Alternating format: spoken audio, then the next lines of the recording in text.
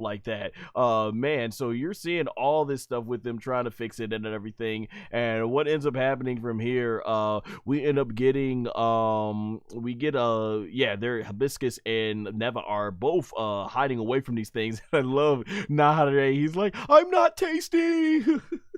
And boom, this thing almost got him. And I love the way when he almost gets right, he's like, oh.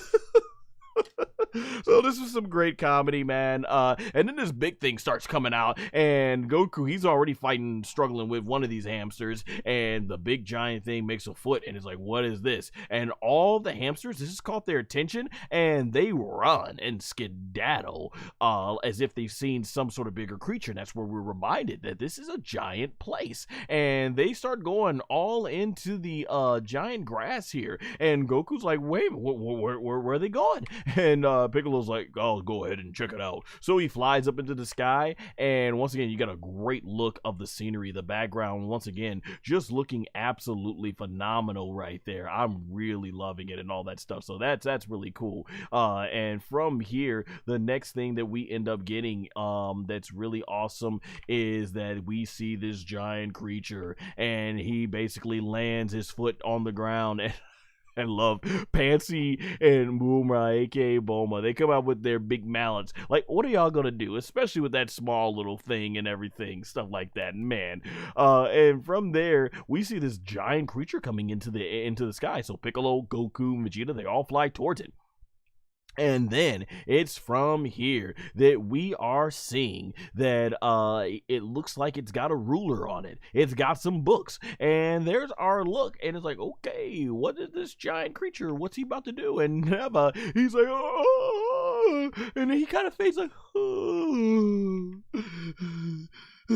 Like he got gassed or something just from this, and he goes like, that's, and you could see from Goku, Vegeta, and Piccolo's response, but they're like, oh, what have we gotten ourselves into? And this giant thing's foot, bam, nearly crushes them, sends them three boys flying, like, whoa, and they're barely hanging on with a thread. And this is where Neva says that's the Megat kid, and he says it's a Megat child, and Nahare, the supreme guy, he's like, that's a child? And we get a look, and like, holy crap, if that's a kid, how big must the adults be? And when you look at it from a far away distance, yeah, it kind of does look like a kid. And from here, man, Neva explains that this thing is on its way from home, and they're like, okay, these things go to schools. And you see a thing, he's kind of like, seems oblivious that they're right there, and he just sits down, and from there, basically being pretty much a mess, just takes all his stuff and throws it on. I mean, like, when I was going to school, I mean, I wouldn't sit in a random forest area and drop all my homework and stuff like that. I wouldn't have done that when I was going to school, and everything. So he just drops it right there, and this stuff comes flying towards Goku, Vegeta, and Piccolo, and this book almost, boom, crushes them, but they are able to get out of the way. And then you have these pencils, they start falling down. It's nearly Vegeta's head, and boom, Vegeta's like, holy crap, that could have been my head. I just love the laughter of these guys, their facial expressions. And another one comes down, and boom, another one almost nearly go ahead and hits Piccolo. At least he would have been able to regenerate and stuff. And then this racer falls towards Goku and Vegeta, and he's able to go ahead, and they're both able to go ahead and catch them. And they're like, everything on this planet is way too big. And then the big giant child here is eating something, and we don't know what. And they said it's holding something to eating, and Neva said he must have brought it from the store. These big old things, ladies and gentlemen, are going to the store and eating like, I don't even want to know. Well, actually, I kind of do. I kind of would like to see more of this world. But given that it's 20 episodes long, then I don't think we should spend too much time here. But that episode says, the heck with that. That being said, he apparently is eating fried Karakin, a fried Karakin tentacle. And they take it. They take the Karakins and they eat it like fried chicken and stuff. Them big old things that struggled so much was so much of a struggle for Goku and Vegeta. And Vegeta's like, they eat that monstrosity like that? Like, I need to know exactly how do these things, they go fishing for the Karakins? Like, how do they, I guess when you're that big, you can, but it's like, wow, they actually go ahead and grab those things and eat them. Like, okay. And then it has a little puppy a giant puppy, and you see how everyone is afraid, and boom, oh, look at the speed lines, they are gone. And right here, I think is a good point to mention is this little dog's looking here. This shot right here is obviously taken from Dragon Ball GT. And you see this next right here is the dog, basically the little puppy, Glorio's like, F this. He got his pistol out ready. He's ready.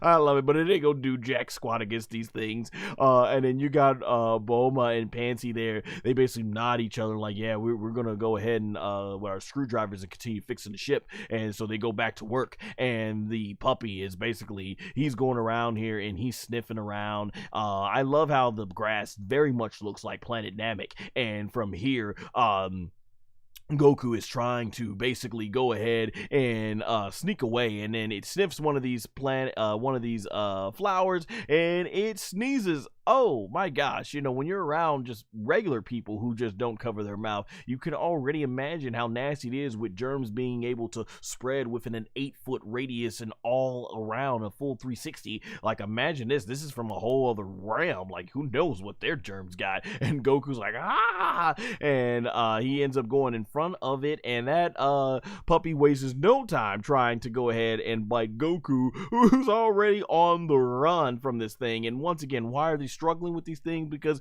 the puppy means no harm and everything. It's just trying to play. But obviously Goku doesn't want to kill it. And boom, there you go. You see this thing almost crushed Goku. And he's up here going ahead on trying to swing around on this piece of grass and maybe get to a safer distance as he flies into the sky. And once again, this thing is hot on its trail. This puppy is hot on Goku's trail. And Goku basically ends up going ahead and he flies past this rock, and the puppy goes head first into the rock. But these things are very resilient. As you can see, this thing completely shakes it all off, and we got another great eye shot, which I think we had like 16 or those, more or less 16 of those shots back in Dragon Ball DAIMA episode 12. And there you see right there, this thing is hot on Goku's trail, chasing and just jumping around him. And you see right here, basically with Goku flying away, and it's crushing, it's just going through the trees. And like I said, he takes that pistol out and he starts basically lining it up and shoots the blast, and it literally does nothing but nothing but sparkles. It just bounces right off the puppy,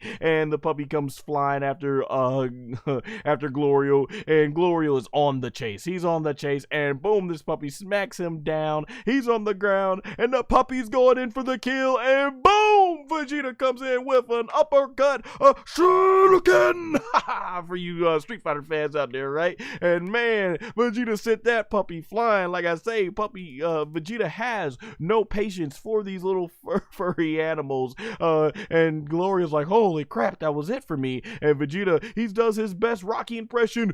Yo, Bulma, I did it!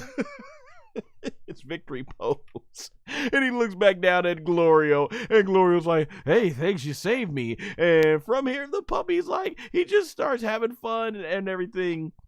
And Glorio's like, we gotta keep this thing away from the ship. And Piccolo's like, Vegeta's like, and Goku's like, yeah, let's do it. And then Vegeta flies right past Goku, and Vegeta's like, I'll take this thing. And so Goku, Vegeta, and Piccolo, the animation right here is really cool. They're flying all over the area. Gotta give shout out, by the way, to the animation staff, because they were on point. The chief animator director was Nako Yamoka, and the animation directors was Shuntaro Mura and Koji Watanabe. And I saw on Twitter too, under the handle Mix the Scale, it, I think is how you say it, Mixtheskele, was also a key animator, and I thought, man, all of them and the entire staff did a phenomenal job animating all this. Sorry if I butchered their names, but gotta give respect to the people that make this stuff all possible. And so we get an awesome shot here of Piccolo lining up a big giant ki blast. He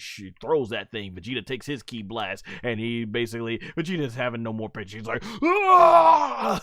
shoots this thing. Both ki blasts end up hitting the puppy, and boom, he just basically, the puppy thinks it tickles and starts laughing, and he's having fun thinking they're just playing with him. And Vegeta's like, you got to be kidding me. He's like, what? And so basically they're flying all over trying to keep the puppy distracted, and they're flying everywhere, and you can see the puppy's just having the time of its life and just doesn't know what to make.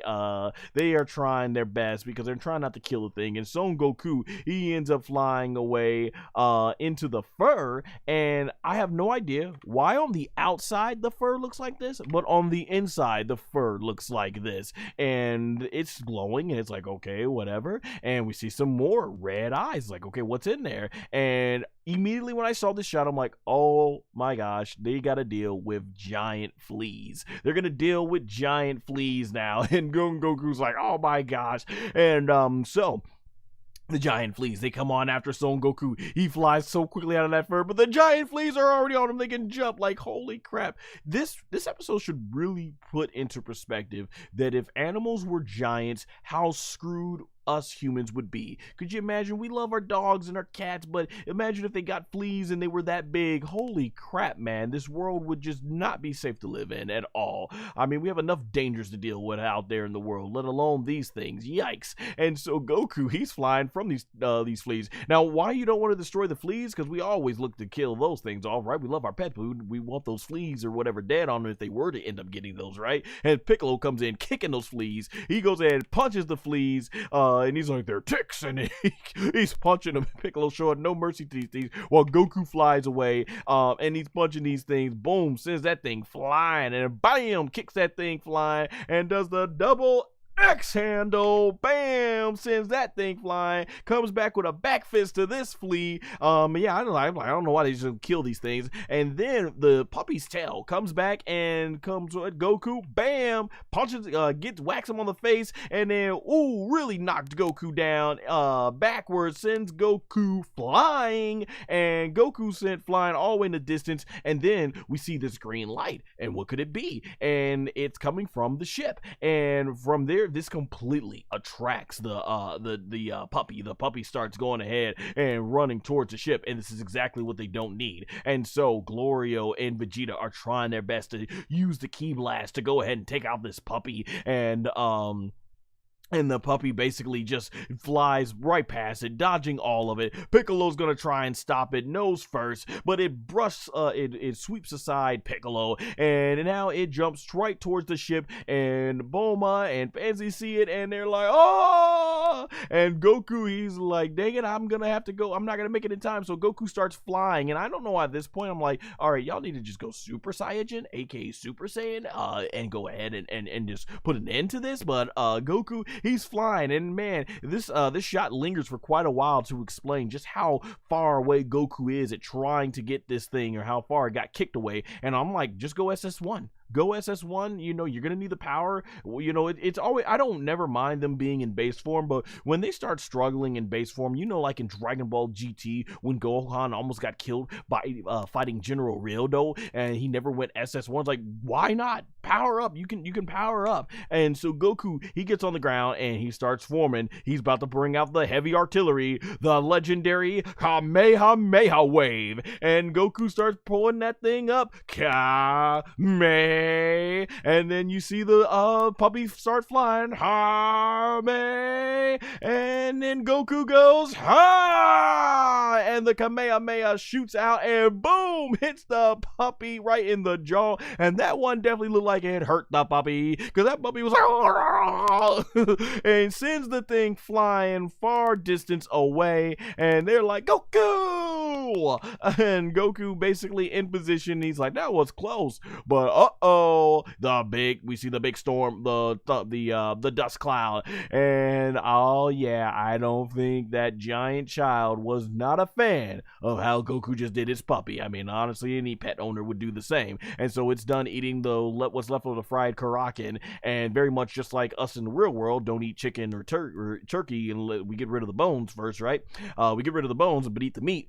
It spits out the it spits out, like, you know, the little what, I guess, the nail of the Karakin right at Goku, sending Goku flying away. And right here you have the child, basically, and there you go. Bulma and Panzy are already, they said, this is it, basically, we're finished with the repairs, let's get in the ship and get the heck out of here. And Hibiscus thought he was about to turn into a fossil, and there you go. You know, it looks like Neva can't move that quick, but man, is he taking, he's like, he's coming with that cane, he's moving quickly. Like, let's get the F out of here. And so, you know, mostly everybody gets on the ship, and Vegeta's like, we'll keep them at a distance. So Piccolo and Vegeta start flying. You know, I always wanted to see Piccolo, Vegeta, and Goku team up in a 6-way tag match or something. I never imagined it would be some giant child and a child's giant puppy that would have them team up and everything, but I guess it is what it is. And you can see how quick the shadow takes over them. So he basically ends up coming behind his puppy, and he grabs this branch and he starts poking at the ship, and they can feel it. And this is a great time to mention that clearly this episode is certainly based off of what I would say is the Dragon Ball GT episode. I know I have it here in my notes. Yes, this is based on episode 13 of Daima, is based off of Dragon Ball GT episode 6, where they were where that planet was it was there inhabited by giants on the planet, I think it was Manasu, aka Mamath. And there's a scene directly referenced from one of the giants poking at the spaceship that Toriyama drew as artwork for Dragon Ball GT. And yeah, some people might not know this yet. Toriyama actually did have some involvement with Dragon Ball, Dragon Ball GT, as he did a lot of the character designs and some artwork for the series. And that's clearly what this episode was it did remind me of the giant episodes. I have to look that up though and put it in my notes, because obviously for obvious reasons, while I don't hate Dragon Ball GT, it's not my favorite either, obviously. So as a result, I don't spend that much time watching it when I do want to watch some Dragon Ball. And getting back to the episode here, Bulma's like, we're gonna get killed here, and basically Nahare's like, just take off already, just take off.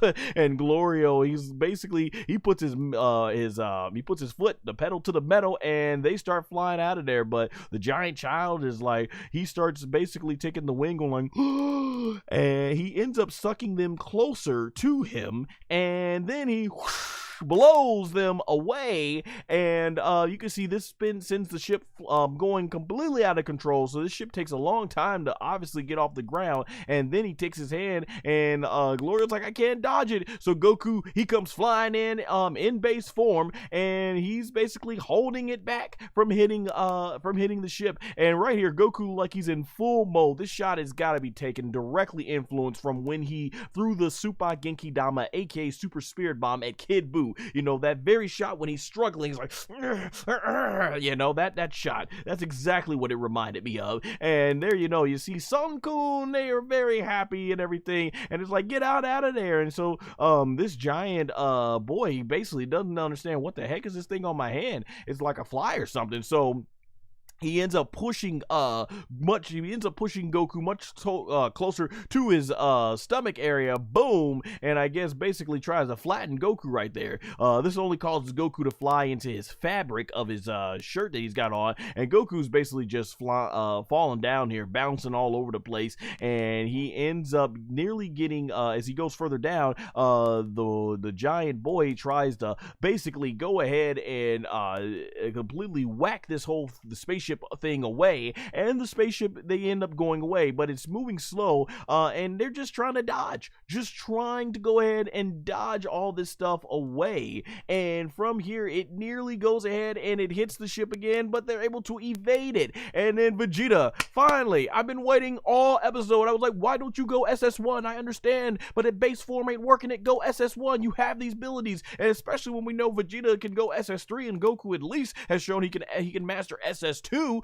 So Vegeta starts just going in with his ki blast, going all out and just trying to shoot this thing from the side, but it's no avail, and it tries whacking Vegeta, and as you can see, no effect at all. And Piccolo, he starts using his ki blast and shoots everything he's got at this thing. Well, I'm pretty sure he's not shooting everything that he got.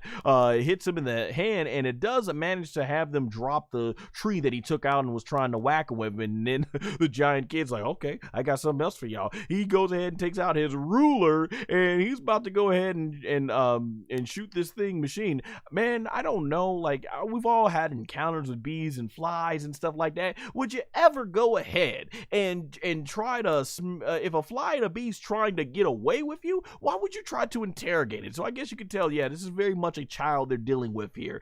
So they go ahead and he tries to swat this thing at this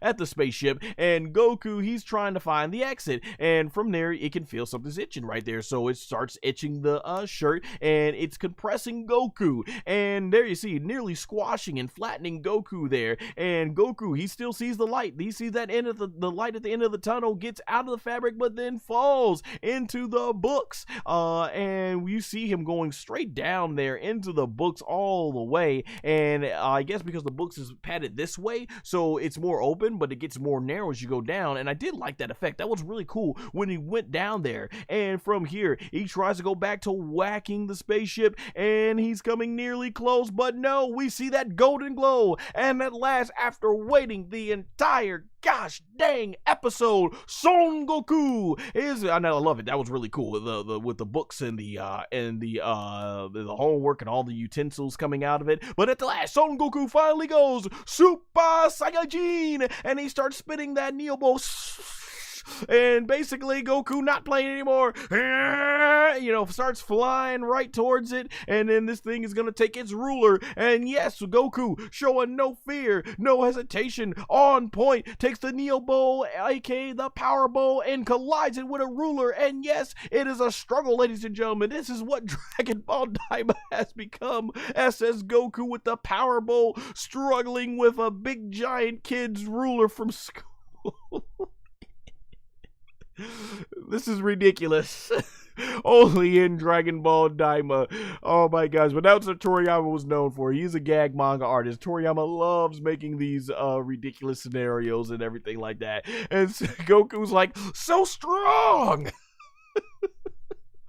Oh man, and so this big old kid, he whacks Goku with the ruler, sending SS1 Goku flying. This has become a Super Saiyan job that cannot get the job done, apparently, because remember, they're not trying to kill this poor kid. They're not trying to kill his puppy, but obviously doing so is requiring a lot more as it sent Goku into the dirt. And look at that. Oh man, this kid just, I love how this kid just living life and just doing what kids do is taking Super Saiyan 1 Goku to the limit.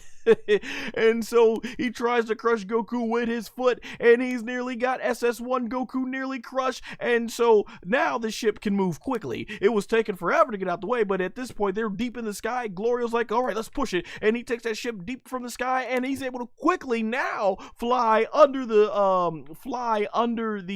foot, and they are able to grab Goku up right as the thing is about to crush. And there you see, that thing could have been it for Goku, but they put the jet fuel on there, boom, and they fly right on out, and Goku's got it. And it's like, okay, where was this speed earlier when he was like, I don't know. So Goku's hanging on at SS1, and he's like, oh my gosh, fantastic work. Shout out to the animators, man. Just amazing artwork. Love the line work. Love the shading there. Just fantastic. And Glorio's like, all right, good. And I don't know if he's smiling because he realizes he needs Son Goku. That's his meal ticket, with how strong he is, or if he's genuinely, as I've been mentioning, Glorio, I think, is bonding with these guys. And so it's going to be interesting to see where this comes into play later on when they find out that, yeah, Glorio's a traitor, and all that stuff. And Goku, he's like saying, thanks and all that stuff. And the giant boy then sits down, and Piccolo, you're like, let's get the F out of here. And so Goku at SS1, he flies towards, and you got the big boy and the dog, they're looking at them fly away, and they're finally back in the ship safely, and they're like, oh my gosh, they can't believe they just went through that experience. I mean, had they gone SS2 and SS3 and knocked these things out and called it a day, they wouldn't have had to maybe be on such a relief. But wow. And so basically, Neva here reveals that the adult Megas are even more terrifying, and from there, if they're that strong, and Goku, he makes a good point here. He's like, if they're that strong, why don't they become the Supreme Demon Kings themselves? And this is where they justify not trying to kill these things because Nahare, he mentions how the Megas are a laid back race and they aren't interested in such things. So these are peaceful people. It's just they're these small creatures that ended up on their territory. So that's basically what it is. And Piccolo, he's like, what terrifying laid back beings they are. And Vegeta's like, hey, you said that this was the second most terrifying planet in the demon realm. And from there, this is where Vegeta basically says, hey, there's got to be a place worse than that. And Neva says, indeed, there's planet Giga. And he says there's even larger beings called Gigats who live there. And Vegeta's like, bigger than that? And Goku's like, you're kidding, right? And so Piccolo lays back. He's like, what a place. And Vegeta's like, yeah. And Goku, he basically still smiling through all this, bumps through Vegeta. Maybe now Vegeta knows how it feels like when he bumped that guy in episode, what was it? Like, I forget what episode it was when they were in that nightclub and everything. So yeah, Goku, he's basically looking at, and I guess we see the kids there, or maybe the giants there. They look normal from here, but man, and Goku, he's just smiling through all that. Only our boy Son Goku, after a terrifying experience, still got that smile on his face, and Piccolo just is like, that's the demon world for you. And then Neva, I'm not sure if Neva's like, yes indeed, or if Neva does something, because he points here, and out of nowhere, you see the this planet starts glowing, all these beautiful, wonderful lights, and the lights start coming on up, and I mean, once again, it looks gorgeous. I love the backdrops, the artwork here, and Goku's like amazing, like wow, and all these glowing stuff, it's all over the planet. So it's like, oh, okay, what's going on here? And Pansy, Bulma, aka Bulma, she is ecstatic to see this, thinks it's a beautiful sight. Nahare thinks it's beautiful. Glorio, he's like, I don't care, I'm just trying to get the heck out of here to the demon world, first demon realm. And Goku's like, oh man, he's like, it's amazing. And our final shot of the episode here is our heroes basically flying towards Demon Realm number 1. Of course, they're going to be in a rude awakening when they see that Sir Warp, aka Warp Sama, has been disabled, but they're flying towards all these lights, and that's where the episode ends. And we don't necessarily understand what these lights are for, so hopefully that'll be explained in episode 14. All right, so as we take a look at what's to come on episode 15, let me take a sip of water here because I've been talking for a long time here.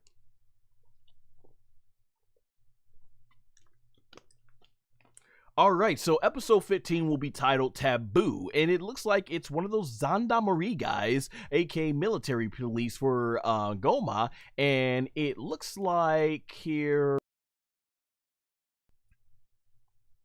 It looks like they're eating Pocky, I guess. That's what it kind of looks like they're eating Pocky.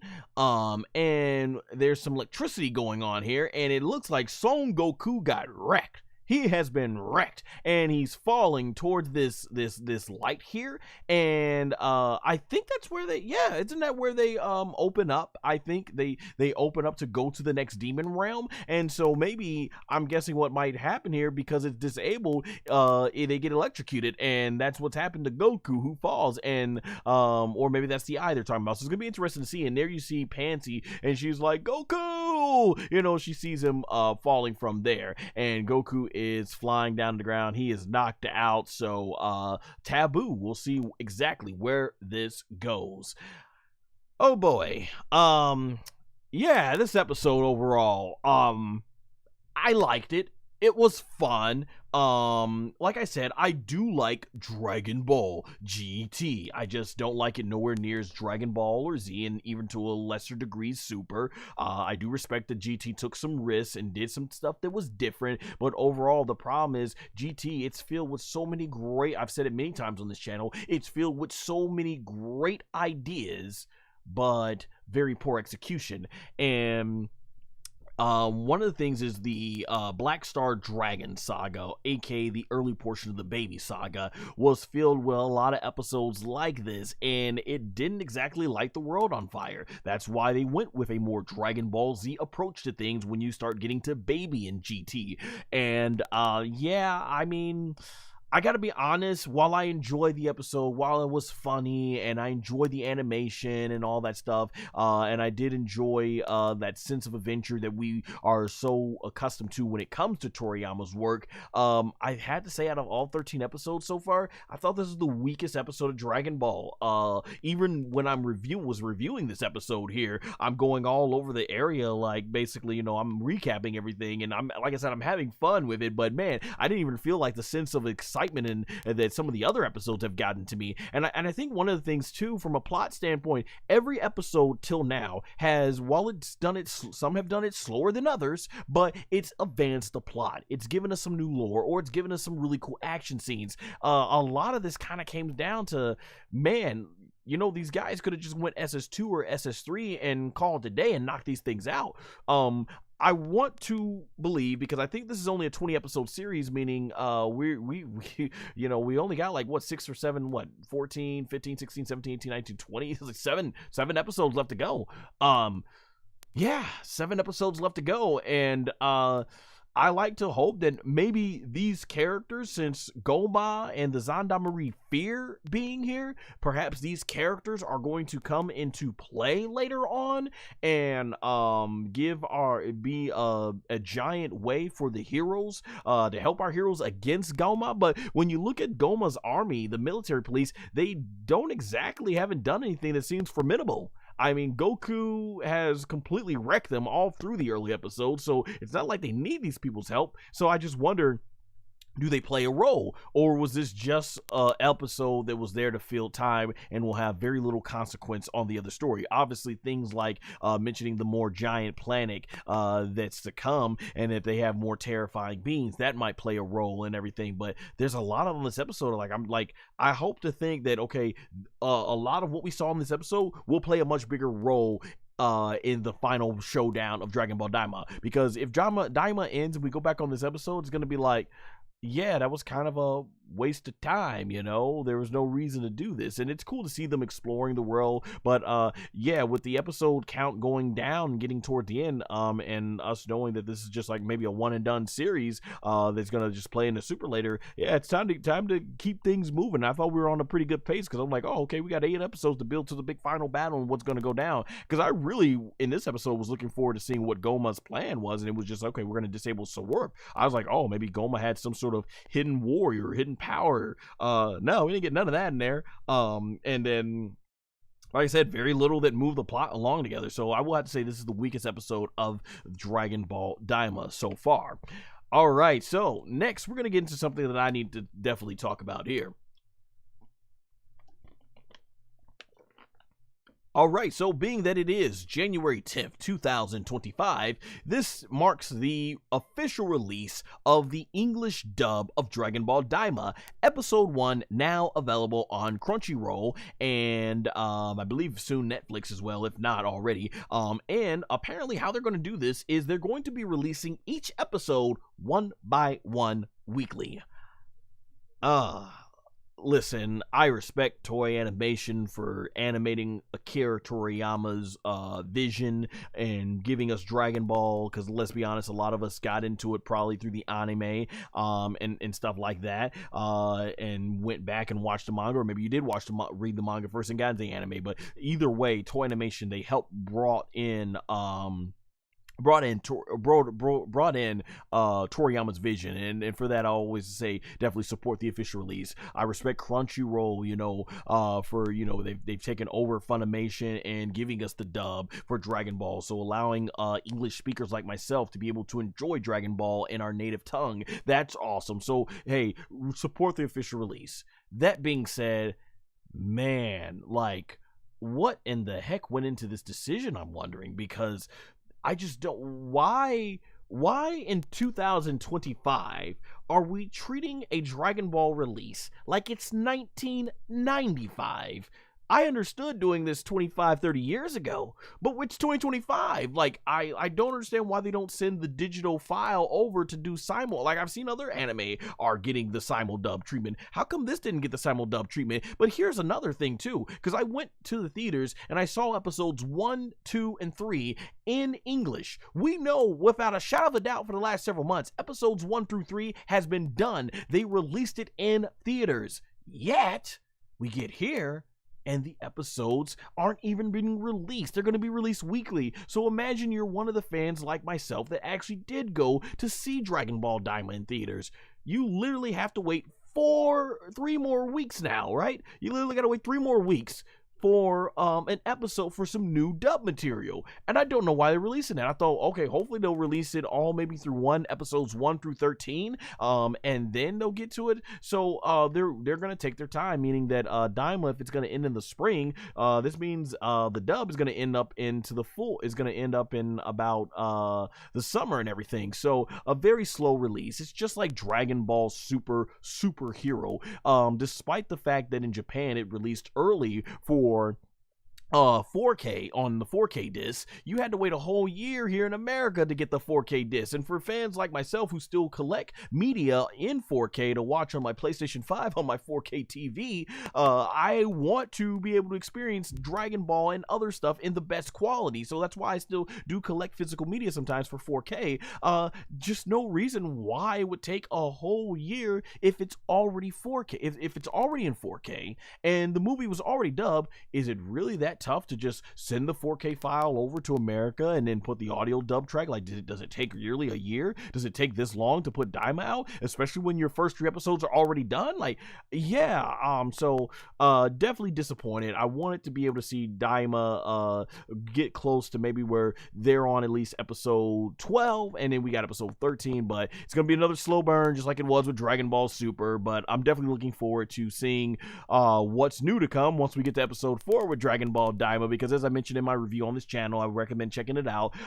In terms of my review of the first 3 episodes, it is the greatest Dragon Ball dub, I think, since Dragon Ball Kai, and overall definitely one of the greatest English dubs of all time for what we've gotten in the series. So yeah, little rant about there, disappointed and everything. I'm still gonna watch it, still looking forward to it. I just wish with the technology being the way it is today in 2025, I just wish that we see Dragon Ball getting more closer release dates. Like, they were doing such a great job with the promotion, especially Dragon Ball Super Broly. Dragon Ball Super Broly got released only 1 month after it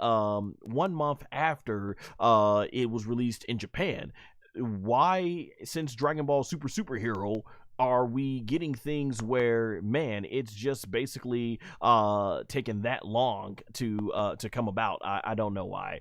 So we're gonna go over now to the chat and see if there's anything going on here. So let's see. From the looks of it, nobody really joined the chat, but we did see some viewers, so I appreciate you all coming on in basically to watch online as well as on demand. That being said, I will be back for Dragon Ball DAIMA episode 14 review. In the meantime, make sure to check out my other Dragon Ball content there on the screen, and you can like, comment, share, and subscribe and tell me what you thought about this episode, as well as make sure to follow me on my social media platforms, which are both in the description and pinned comment below. Until next time, take